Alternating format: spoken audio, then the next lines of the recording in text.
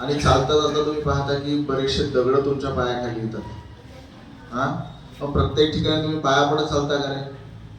आणि मग तुम्ही समोर गेले मंदिरामध्ये आणि तिथं देखील एक दगडाची मूर्ती, काय करता तुम्ही? पाया पडता की नाही? मग त्या प्रत्येक दगडाला का पाया पडले नाही? दगडामध्ये देखील भगवान आहेत की नाही? पण देवत्व कशामुळे आलं? त्याला मिळालेल्या आकारामुळे, त्याने सहन केलेल्या घावामुळे. हा, तुम्ही पावसाळ्यात चिखल होतो, चिखल तुडवीत जाता. तो चिखल जर का कुंभाराकडे गेला, कुंभार पण त्याला तुडवतो आणि एका चाक्यावर ठेवतो आणि छानसा आकार देतो. मग मात्र त्या चिखलाला महत्व येतं की नाही येत? तसंच मुलांच्या जीवनामध्ये आकार देण्याचं काम कोण करतं?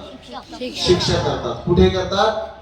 शाळेत करतात. बरोबर आहे. मग शाळा हा आपला अभिमान आहे की नाही आहे? जे आपलं जीवन घडवतात. बरोबर आहे. त्या संदर्भात आज आपण माझी शाळा माझा अभिमान, हमारा विद्यालय हमारा अभिमान, आवर स्कूल इज आवर प्राईड, ही एक मोमेंट आपण साजरी करत आहोत.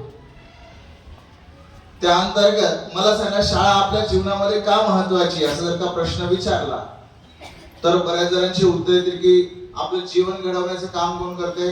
शाळा करते. आपल्याला कमवण्यायोग्य बनवण्याचं काम कोण करते? शाळा करते. आपल्याला ज्ञान मिळवून देण्याचं काम कोण करते? शाळा करते. एक जबाबदार नागरिक बनवण्याचं काम कोण करतं? शाळा करते. बरोबर आहे. म्हणजे या सगळ्या गोष्टी प्राप्त करून देण्याचं काम शाळा करते. जर का शाळेत तुम्ही आले नाही, तुमच्या जीवनाला काही अर्थ उरेल का रे? पहा बरं का, जे आता मोठे दिसतात तुम्हाला आणि आजपर्यंत शाळेत गेले नाहीत, त्यांचे काय हाल आहेत आपण पाहतो की नाही?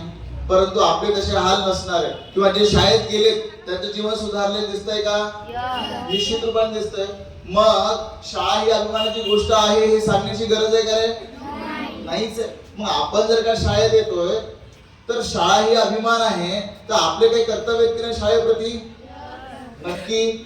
शाळेत येऊन आपण अनुशासन शिकतो, शाळेत येऊन आपण मोठ्यांशी चांगलं बोलायला शिकतो, शाळेत येऊन आपण इतरांची मदत करायला शिकतो की नाही शिकत? मग शाळेत राहून आपल्याला अनुशासन शिकणं आवश्यक आहे की नाही? नक्की. पहिली गोष्ट अनुशासन म्हणजे डिसिप्लिन. आपल्यामध्ये डिसिप्लिन आपोआप यायला पाहिजे. जर का कुंभाराने माती खूप तुडवली आणि चाकेवर ठेवली तर त्याने हात ठेवल्यावर चाक फिरतंय आणि हात त्याच्यावर फिरल्याबरोबर काय होईल? आपोआप आकार येईल. आकार आला तर त्या मातीला महत्व प्राप्त होईल. परंतु आकार आलाच नाही तर ते महत्व मिळणार आहे का? नाही. मग आपल्या जीवनात जसा आकार आलाच नाही तर आपल्या जीवनाला काही महत्व प्राप्त होईल का? नाही होणार. तर आपलं महत्व वाढवायचं असेल तर शाळेमध्ये सगळ्यात महत्वाचं काय सांगितलं? डिसिप्लिन, मोठ्यांप्रती आदर, ह्या गोष्टी महत्वाच्या आहेत. आणि गुणग्राह्य वृत्ती, इतरांचे चांगले गुण ग्रहण करण्याची वृत्ती जर का तीच नसेल तर आपण गुण ग्रहण करू का? काय ग्रहण करू? मग गुणाच्या ऐवजी दोष ग्रहण करू. सुजाण नागरिक बनायच्या ऐवजी काय होईल? आपण दुर्जन बनू. हो की नाही? देशाचं संरक्षण करण्याच्या ऐवजी काय केलं जाईल? मग देशाचं वाटोळं केलं जाईल आपल्याकडून. मग शाळेत येतोय तर चांगल्या गोष्टी शिकायला येतोय. हो की नाही? त्या चांगल्या गोष्टी कोण शिकवतं आपल्याला? शाळा शिकवते. एका अर्थाने शिक्षक शिकवतात. बरोबर आहे. तर सगळ्यात पहिलं डिसिप्लिन. दुसरं, बर इथून आपण शिकून मोठे होऊ, मग या देशाप्रती देखील आपलं काही कर्तव्य बनतं की नाही? नक्की बनतं. मग देशासाठी काहीतरी करण्याची भावना कुठं आपल्याला शिकायला मिळते? शाळेमध्ये. शाळा, आपण म्हणतो भारत हा विविधतेमध्ये एकता असलेला देश आहे. या विविधतेमध्ये एकता टिकवून ठेवण्याचं काम कोण करते? शाळा करते. आज आपण पाहतो प्रत्येक जाती धर्माचे सर्व विद्यार्थी एकत्र शिकतात. तुम्ही तुमचा मित्र ठरवताना असं विचार करता का रे कोण कोणत्या जातीचा आहे, कोण कोणत्या धर्माचा आहे? असं कधीच होत नाही. कारण शाळा आपल्याला कधीच असं शिकवते का? कधी कुणाला असं धर्मभेद जातीभेद शिकवते का? नाही शिकवत. मग ती भारताची अखंडता एकता टिकवून ठेवण्याचं काम कोण करते? शाळा करते. पटते सगळ्यांना? मग शाळेप्रती आपले जे कर्तव्य आहेत त्याचं आपण पालन केलं पाहिजे. शाळेच्या संपत्तीचं, शाळा ही माझी आहे. आपण 5वीच्या पाठावर शिकलोय की की भारत हा माझा देश असं का म्हणतो आपण, आपला का म्हणत नाही? शिकलोय की नाही? आपला म्हणल्यावर आपण, माझा म्हणल्यावर जेवढी काळजी घेतो तेवढं आपला म्हणल्यावर घेतो तसं नाहीये. तसं शाळा माझी आहे की नाही? माझी शाळा, आणि माझी शाळा असल्यामुळे त्याचं काळजी करण्याचं, काळजी घेण्याचं काम पण कुणाचं आहे? माझं आहे. नक्की. तर अशा प्रकारे मला सांगा, एवढ्या सगळ्या गोष्टी शिकवते, मग शाळेप्रती आपलं जे देणं आहे ते फक्त काय आहे की ज्ञान प्राप्त करणं, तुमच्या अवस्थेमध्ये शिक्षकांनी सांगितलेल्या सर्व गोष्टींचं पालन करणं, शाळेच्या संपत्तीचं संरक्षण करणं. उगीच बेंच कोरत बसलोय मी, कधीतरी 15 वर्षानंतर आल्यानंतर मला माझं नाव मिळालं पाहिजे. योग्य आहे की अयोग्य आहे? अयोग्य. नक्की. मग तुम्हाला बेंच पाहिजे तो घ्यायचा आहे, इकडचा तिकडे करताय, बेंच तोडताय, योग्य की अयोग्य आहे? अयोग्य. दुसरा बसू नये म्हणून तसा बेंच तोडून ठेवून द्यायचा, योग्य की अयोग्य आहे? नक्की. मग विद्यालयाच्या, आपल्या शाळेच्या सर्व गोष्टींची किंवा त्याला सांभाळण्याची जबाबदारी कोणाची आहे? आपली स्वतःची. तर आपण एक छोटीशी प्रतिज्ञा घेऊया आज. सगळे म्हणणार माझ्या पाठीमागे? नक्की. सगळ्यांचा आवाज आला पाहिजे, एकच आवाज आला पाहिजे, ओरडायचं नाही.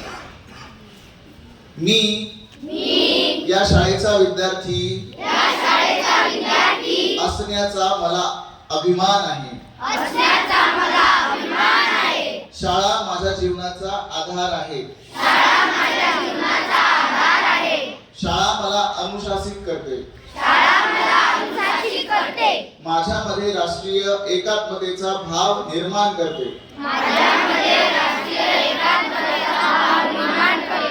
भारताचे सुजाण नागरिक बनवण्यामध्ये शाळेचा बहुमूल्य वाटा आहे. शाळेच्या संरक्षणाची